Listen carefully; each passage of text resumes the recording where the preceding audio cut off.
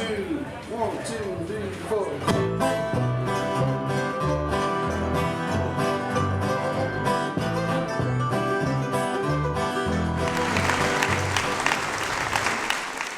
As I was contemplating how to introduce myself in this talk, I realized I'm kind of a walking contradiction. I am a yoga teacher and a hunting guide, a rancher and a rock climber, a feminist, yet I also walked on stage in a swimsuit competing for Miss America. I live in the mountains for 6 months of every year with no electricity, no cell phone service or Wi-Fi, yet the other half of the year I'm a little too addicted to scrolling through social media. I'm an instructor with the National Outdoor Leadership School, so I lead students on 30-day wilderness hiking expeditions where for an entire month we don't shower, we don't wear makeup, we don't wear deodorant. The most our beauty routine consists of is kind of pulling the knots out of your hair, maybe once a week. Any more than that, you're just feeling fancy. However, when I come back to the front country, I enjoy expressing my femininity. I sometimes wear makeup for no reason at all, and I shouldn't feel like I have to justify that. So that right there was fairly terrifying, expressing multiple parts of my identity to you all, feeling as if maybe there was something in there you didn't like. Maybe when I said I was a hunter, your immediate reaction was, ooh, I don't agree with hunting. This girl's not for me. Or when I said I was in a pageant, you immediately thought, oh, pageant girls are superficial, obsessed with their appearance, high maintenance, all they want is world peace. I do want world peace, by the way, and so should all of you. Or maybe you didn't have any judgments at all, and you were just being a very gracious, active listener. If that's the case, thank you. I appreciate that.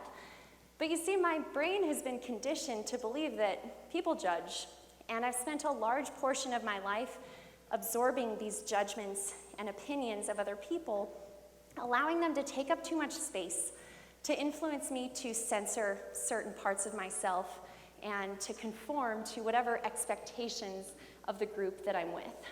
For instance, when I first started guiding hunters as the only female guide in a camp of 10 to 12 men, mostly in their 50s and 60s, it was fairly intimidating. And I felt myself hiding certain parts of my femininity. I wouldn't talk about pageants or yoga or the fact that at 3 a.m. before taking the hunters out, I would meditate. I instead tried to adapt more of a masculine communication style, even tried to deepen my voice a little bit, which sounds ridiculous now. And I tried to be more assertive, more directive, more bold, and outwardly confident.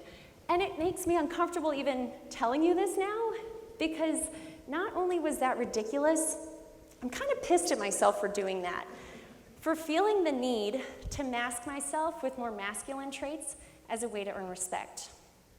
Can I just get real with y'all? As a woman in the outdoors, whether it be hunting, fly fishing, climbing, backpacking, I refuse to feel as though I need to hide my feminine traits and adapt more of a masculine leadership style. Because that for me is just not who I am.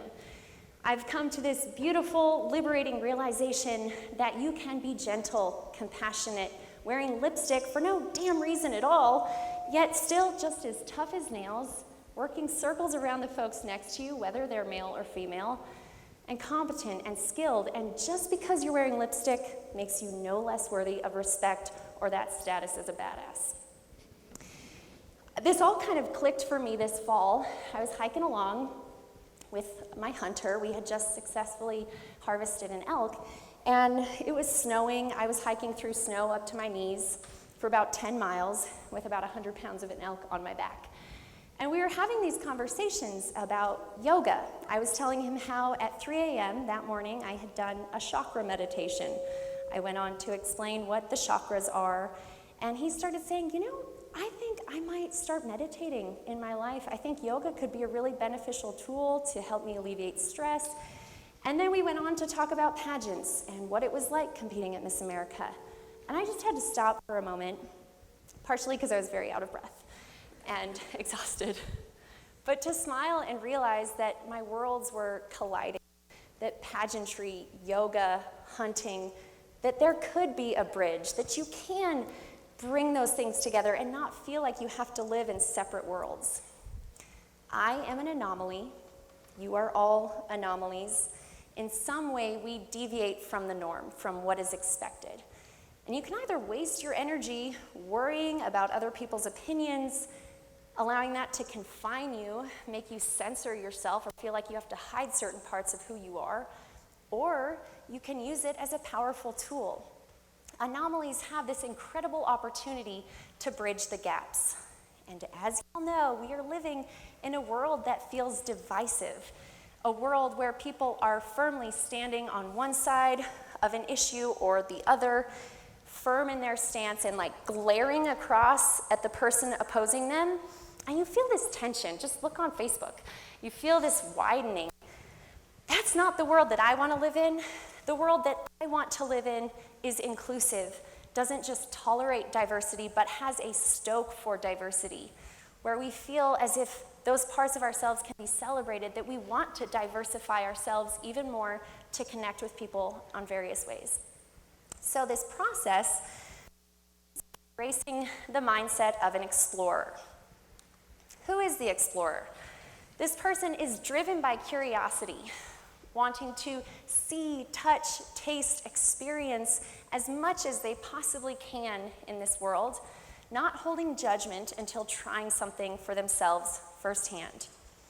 The explorer creates adventure, so they don't need to go on these grand, elaborate, expensive adventures halfway around the world in order to find that excitement and thrill. They purposefully create a series of small adventures in their everyday life, celebrating the little stuff. The explorer is an open-minded sponge, so they envision themselves walking into every situation, every conversation with an open mind and wanting to absorb the good stuff. Being a choosy sponge, not taking in that negative, toxic gossip and junk. They're conscientious to look for the good stuff out of every conversation, every experience, every internal response, and capturing it. The explorer seeks out opportunities for growth and personal development. And as they do this, they expand their comfort zone. And I want to touch on this just to show a visual of what I mean by expanding your comfort zone. Because oftentimes we hear that old saying of, you've got to go outside your comfort zone because that's where the magic happens. And you're like, oh my God, okay, I guess I have to like toss myself wildly out into the abyss and just flail, and apparently there's magic out here, I don't know. It sounds kind of intimidating and exclusive for people who maybe that's not their personality type. And so the way I like to describe this is by just like nudging into those areas that feel uncomfortable, knowing that there's gonna be some good on the other side, but just easing into that area of nervous, of uncomfortable, saying yes to opportunities and following through. And then before you know it, you look down and you're like, well, hot damn. This area where I'm standing right now used to feel terrifying, but now it doesn't feel so bad. Now it's pretty comfortable. So by doing this, the explorer is consistently expanding their realm of what feels comfortable. They're becoming more adaptable and at ease in a variety of situations. As children, we are naturally explorers. We live life with wide eyes and a curious mind, consistently creating adventure in everyday life. I was an explorer when I was little. I grew up on my family's guest ranch in the mountains of Wyoming. We are located at about 9,200 feet in the Wind Rivers, making us the highest elevation guest ranch in the state. We don't have electricity, no cell phone service or Wi-Fi. So when I was growing up, as a little kid, I would ride my horse bareback down to the creek to swim and fish and pick raspberries, build forts, and curl up with my dogs for a little nap. I was called Messy Jessie for a reason. I typically had bruises all over my knees. I would have pine needles stuck in my messy blonde hair. A dirt mustache on my face was my signature look. And I was happy. Every day was an adventure. I continued living on the ranch every summer, guiding pack trips since the age of 13. And now I'm taking over the business, continuing to guide for rock climbing trips. I guide fly fishermen on week-long pack trips. I lead women into the mountains for women's wellness and yoga pack trips. And I guide hunters for elk, mule deer, and antelope hunts. So when I'm guiding people in the mountains, whether it's with the ranch or whether it's as a Knowles instructor, I oftentimes hear of people saying that they find clarity out there, as if it's this obtainable thing that you find when you go to the mountains. Like you just gotta hike 6 miles, you're gonna be heading northwest, gaining 1,200 feet in elevation, and once you get up top, you're gonna look down in its drainage and find clarity. It's not always that simple, but I agree that I find heaps of clarity in the mountains. And so wherever that is for you, if it is also in the mountains where you feel as if you can clear your mind, or if it's on your yoga mat, or taking your dog for a 30-minute walk, sitting on the couch with the person you love, wherever you feel as if you can just detach from the clutter of your everyday life and lift your perspective a little bit to see the bigger picture, to start getting a bird's eye view of your life, go there. And then try to recreate that feeling so that you can find that place no matter what your physical surroundings are. Because oftentimes our focus is here. We are just tunnel visioned. We have we're staring straight at a screen. We have all that clutter, those postponed decisions that pile up in our space and kind of weigh heavily on us. And then there's those insecurities, feelings of self-doubt, anxiety, those other things that just tend to cloud our minds. And so we're kind of right here just going through life. And so as much as you possibly can, go to those places where you feel as if you can just lift up from the clutter, lift your eyes up, and start seeing the broader perspective. Because if you do, and when you do, this is where those little light bulb moments can happen. And oftentimes, they're not so bright and obvious and in your face. Oftentimes, they come in the form of this very vague flicker, like this thing that's kind of in the back of your mind, a vague idea, a creative thought. If you're so focused down here, you're never going to notice them. So just tune into those, take note, and then dive into them.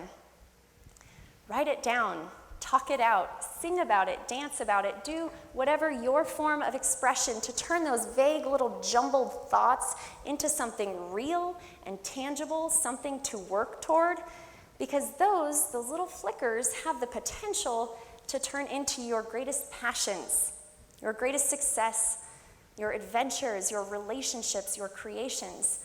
But you gotta put in the work to turn them into something real. A few years ago, I started having this very vague idea of, well, I love surrounding myself with like-minded women. I love being with horses and in the mountains, and I love yoga. So I saved up all my pennies and enrolled in a yoga teacher training in Thailand. And for a 23-year-old at the time from small town Lander, Wyoming, as a ranch girl, to fly to Thailand for a few months, immersing myself in the world of yoga, was a little bit of tossing myself wildly out of my comfort zone.